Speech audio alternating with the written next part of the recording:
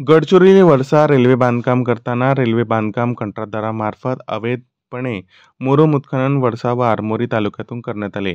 याबाबत उपविभागीय अधिकारी देसाईगंज व तहसील कार्यालय आरमोरी यांना बाबत लेखी तक्रार देऊन सुद्धा कुठलीही कारवाई करण्यात आली नाही।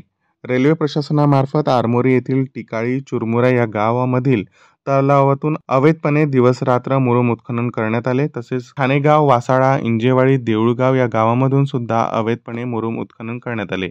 ज्या पद्धतीने गडचिरोली तालुक्यातील अवैध उत्खननावर संबंधित कंत्राटदारावर 235 कोटींचा दंड लावण्यात आला, त्याच धर्तीवर आरमोरी व वडसा तालुक्यातील अवैध उत्खननाचे मोजमाप करून संबंधित जेपी कन्स्ट्रक्शन व VRS कंपनी यांच्यावर दंडात्मक कारवाई करण्यात यावी अशा आशयाची तक्रार सुद्धा दोन्ही तालुक्यात आजपर्यंत अहवाल बनवूनही कुठलीही कारवाई करण्यात आली नाही।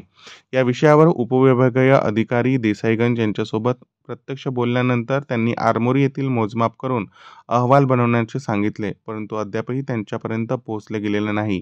कारण त्या संबंधित चौकशी पथकात असलेले नायब तहसीलदार व रेल्वे कंत्राटदार यांचे संगनमत असल्याचे त्यांनी या अहवालात काहीही फेरबदल केलेले असले असे वाटत नाही।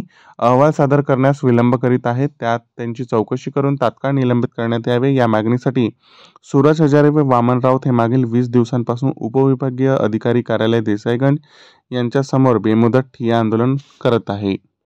वडसा रेल्वे बांधकामाकरिता गडचिरोलीतून ज्या प्रकारे 245 कोटी रुपयाचा दंड तेथील तहसीलदार आणि SDM यांनी वसूल केला, त्याच पद्धतीवर वडसा आणि आरमोरी या क्षेत्रातून रेल्वे कंत्राटदारांनी 300 ते 400 कोटी रुपयाचा अवैध मुरुम उत्खनन केलेला आहे। त्याच्यावर तात्काळ कारवाई करण्यासाठी आम्ही मागील अनेक दिवसापासून ठिय्या आंदोलनाला बसलेलो आहोत। तरी या संबंधित प्रकरणावर SDM आणि कलेक्टर यांनी तात्काळ कारवाई करण्याची